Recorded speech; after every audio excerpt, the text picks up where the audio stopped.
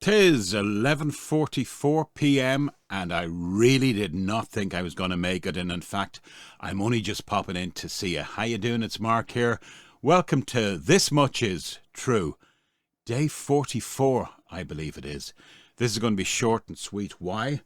Because I'm coffeed up.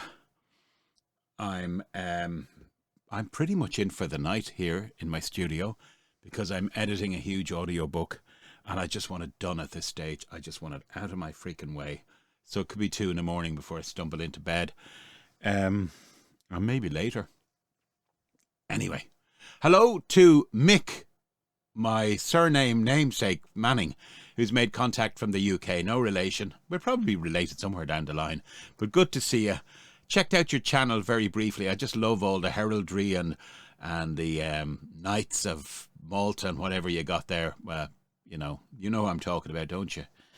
Yeah, all the Teutonic Knights and what are the other crowd? Of course, what are they called, Mark? The Templars, of course. How could I forget?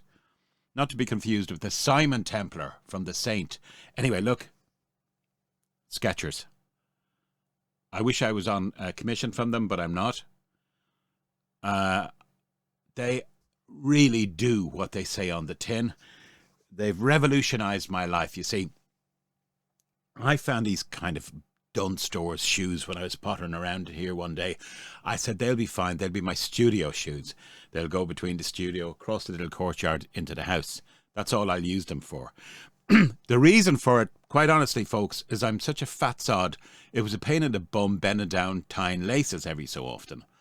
And so I had these shoes. They literally were falling apart. They were an embarrassment to look at. I should have taken them down because I'm going to use them for gardening, just to show you how pathetic they were. They fell apart after a few months. And they were white initially, and then they got a green mould and shit on them. And they just looked awful with the big tongue hanging out at the front. And one day I heard an ad, and it was going, you can slip into these shoes, and you don't need laces. And that kind of stuck. Anyway, it must have been Skechers they were talking about. So I'm hot foot from the front room where my wife said, I've just ordered you 2 more pairs because you love them so much. Yeah, my girls got me that as part of my Christmas present. And I love them. They just slip on, folks. That's what they do. So I have no idea what I'm going to talk to you about soon. I don't know, because it's been busy. Last night, believe it or not, even though it was Valentine's, I had a couple of glasses of wine on board. Did make you a video, but again, it was out of sync. The PC had been on all day. It just gets so hot. And I was a bit jarred in it, but not much. And I started having a rant about the church, not in a totally derogatory way, but just about how it didn't show its face at all during the pandemic. And yeah, you didn't need to hear that. And I didn't need to look at it. Anyway, it was all out of sync. And I was actually in church yesterday. See, I do kind of go. I go, not so often, but I go. And I had the ashes put on my forehead, you see. And nice priest over from Tanzania, I think. And the Nimadavada. And anyway, I moved too soon. So instead of the cross, I seemed to get an F. Like it was like, fuck you instead of bless you. Oh, my old friends that I used to work with in Christian radio now, they'd be saying, yeah, he was never one of us anyway. No, I wasn't one of you. I spent many years with you. You were great people to work with, but it was a Faustian pact. I got loads of airtime. You got a pretty good broadcaster, although you couldn't stomach a lot of the way I spoke with my audience because I wanted to relate to people. That, to me, is the true Christianity, is to relate to people rather than virtue signaling and bashing the Bible in front of them and quoting big. And also, this kind of, there's a them and us, and I never liked that. To me, people are people. People like you, people like me. So there was a parting of the ways. But there was many years of Mark Manning being on a certain radio station on Sunday afternoons. And yeah, I still love you. And as you know, I still do your voiceovers every so often. So thank you. We weren't right for each other. So I'm sorry. I'd say what happened was, I think you got a consultant in. Ironically, I know the consultant. And I'd say the consultant probably hung me, but didn't really mean to. And that was just all you needed to push me out the door. And believe me, I was ready to go, because it was like the Mary Celeste. Nobody was listening. I really believe it. There was fuck all people listening. I used to slam down my fader after each link going, who's listening? You know, and there might have been a couple of thousand, but nah. Anyway, end of that story. So look, hi to Nigel as well, and thank you for your feedback. Nigel says he doesn't like it too much when I get too serious.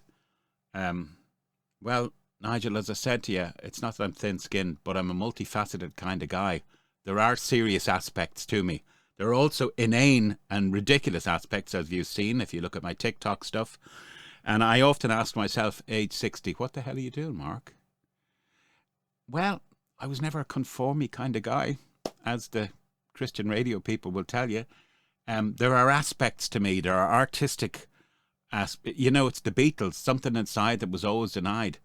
And I don't think they will ever be realised on a massive public platform now, because I've just got too old. But yeah, I'm creative. Stuff comes to me, and years ago, you know the way you get a counsellor every so often? I had a counsellor, and I was sitting down, I was telling her my problems, and I was saying, look, I really want, there's an artistic vent to me. I write, I broadcast every so often. I used to, draw as a kid, and she said, whenever the art hits you, you go for it. You just do it. And don't be ashamed of it. So yeah, when the zany characters come into my head sometimes, especially now with TikTok, I just grab the phone. And yeah, it may be pathetic. And yeah, you can be very mature about it and look at it and say how immature it is. But my answer to that is, well, you show me your art. This is how I do it. Whether it's commercially successful or not, it's in me. It needs to be vented out.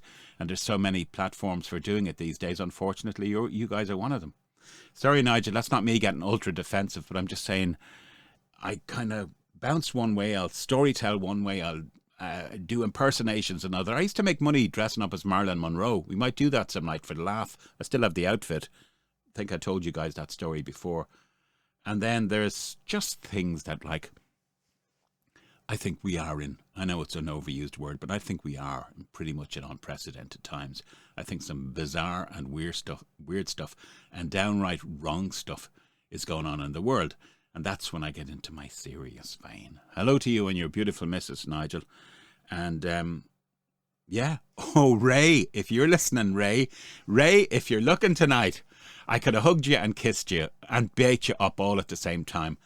I was going through my editing. I had this massive audio book done, and I'm going through each chapter. In fact, I better get back to it. And I get as far as chapter 10, and I'm listening to it. I go, oh, Jesus, something is bleeding into the background. And what it was I had one of Ray's Rants videos open I'd been looking at during the day, and the audio had been left on. I didn't hear it because I was on a different channel. And as I was narrating, Ray's dulcet tones were in the background telling me about everything from diodes to diagrams. Yes, wiring diagrams to be precise, Ray. Ha ha ha. Oh, Ray, I had to edit out about 50 minutes. I couldn't use it. I appreciate you, but I think the person listening to the audiobook wouldn't. So you nearly broke my frickin' heart. Anyway, I gotta go, guys. It's been lovely seeing you. And anybody else that's new, here's the email address. It's thismuchistrue@protonmail.com. thismuchistrue@protonmail.com. Or, yeah, you can say hello in the comments below. Like and subscribe. Will you do that? And thanks to my subscriber, Mick Manning, tonight, who came on board. That really helps. Everything helps. Because I don't, maybe I'm talking to myself at the best of times. This Much Is True, by the way, was inspired by the Spandau Ballet's song, True.